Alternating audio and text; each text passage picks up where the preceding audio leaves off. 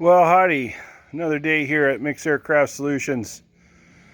Oh, we got a good one for you today. Working on a little 140 here. First time I've looked at it. Not too bad, but it's got its problems. Yeah, I understand if you're out in the backwoods somewhere in Alaska or Canada and there's only a few places that you can resource parts from, but if you do it right the first time, it makes easier life down the road. Makes life easier down the road. Especially mine when they bring these to me. Oh boy. Nice little 47, 48, somewhere around in that area. It has the longer panel, so it's definitely a 47 or a 48. Mine's a 48, I know that for sure. Serial number 135 something, so it's early, late 47, something like that. Let me switch you around, and I'll show you some things that you probably shouldn't do. And when you complain about it the way it taxis, this might be the problem. Anyway, check this out. So whenever I have an airplane that I look at for the first time, we tear it all apart, look at everything, make sure that we're doing the things that we need to do. So if you look at that spring right there, let me see if I can zoom in while we're talking and not get you sick. That spring right there, there's one like it on the other side too. It's for the rudder return spring. It's not a big deal in the essence of you're not gonna necessarily crash. Let me get back to one here. There we go. But you could ground loop it. And that's really not the proper spring. And if you look on the other side here, there's a spring there. Same thing. Kind of same bogus stuff. Let's go back here to the tail wheel. So our tail wheel is just a Scott 2000. Solid wheel. Has a nice tire on it. It's actually nice and straight. But look at how stretched those springs are. And how tight this spring is. I mean, you can play a tune on them. That's crazy. They should not be that tight. For a 2000, you want it just so it's slack. So you'd want all that spring to go away and the chain just to be slightly slack on either side. This one here is even stretched anymore. So the fortunate thing is we got a new ABI tail wheel that the owner has brought me. He got it from the guy that he bought the airplane from. They didn't know how to put it on, and so they just sold it with the airplane. The other thing here that I do not like is this crap. There is absolutely no reason. Those are 1/4 inch too. What the hell?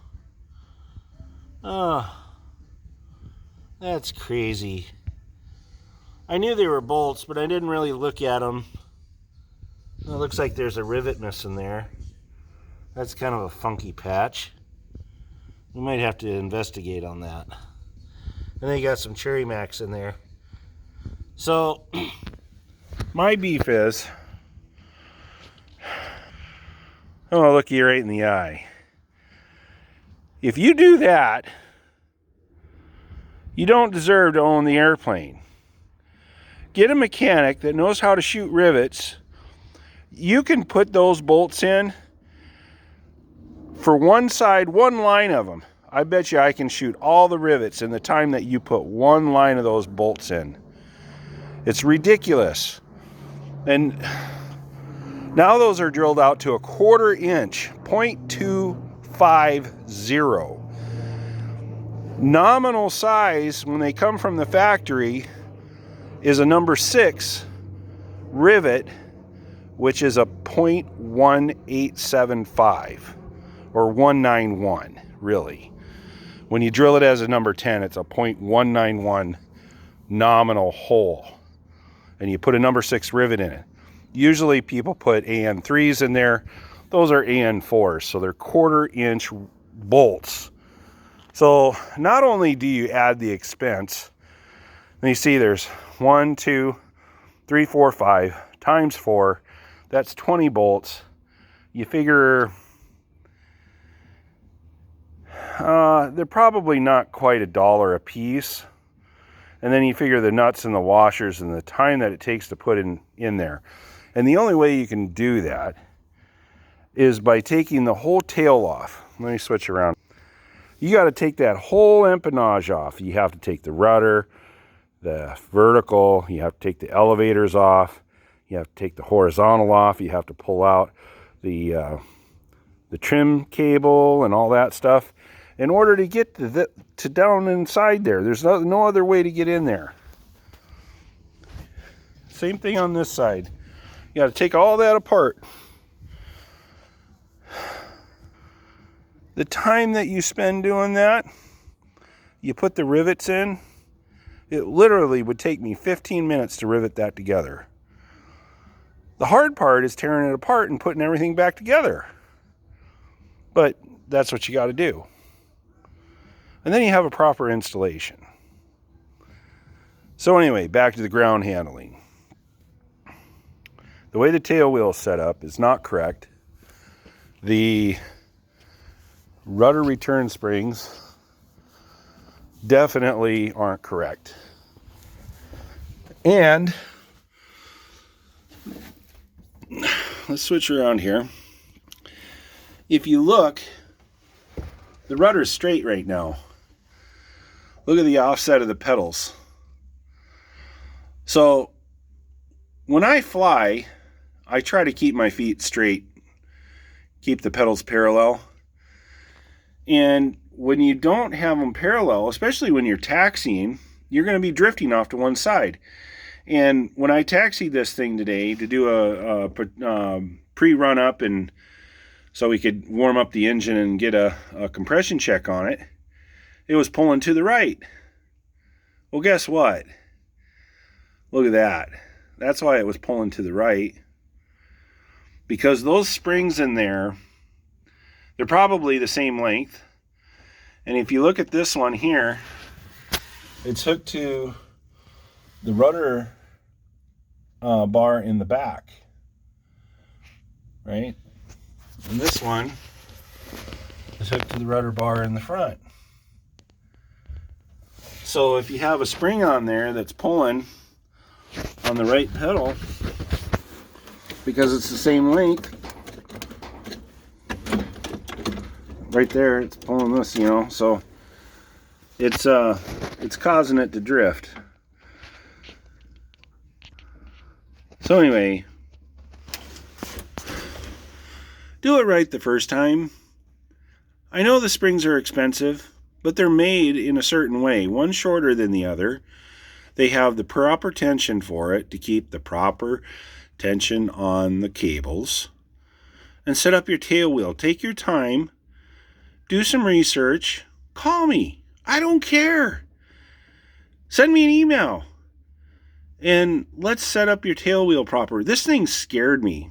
This guy flew 130 hours in his airplane.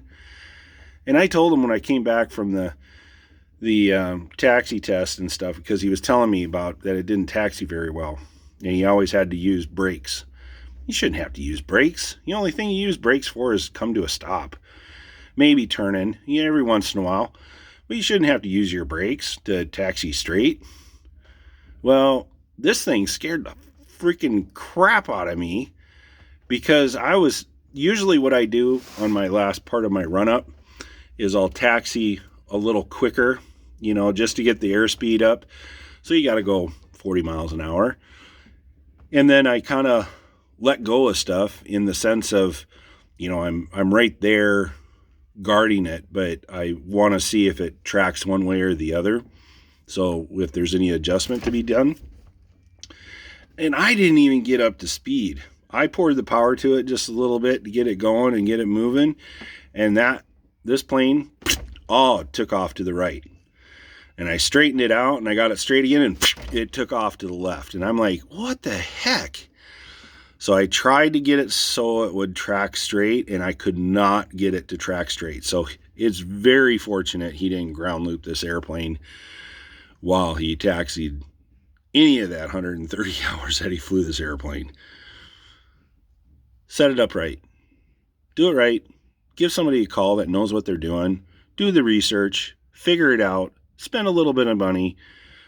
Don't be a cheapskate, and do it right the first time. Stop wrecking these airplanes because of the stupidity and frugality. There's one thing about being smart with your money, but don't be a dumbass. Do it right the first time. The aviation isn't cheap. All right? Just do it. I know it hurts. I got to do the same thing. I got my airplane. I went in debt, but I'm out.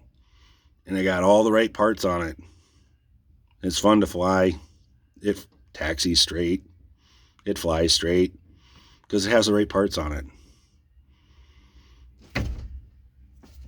Cheers. Have a good night.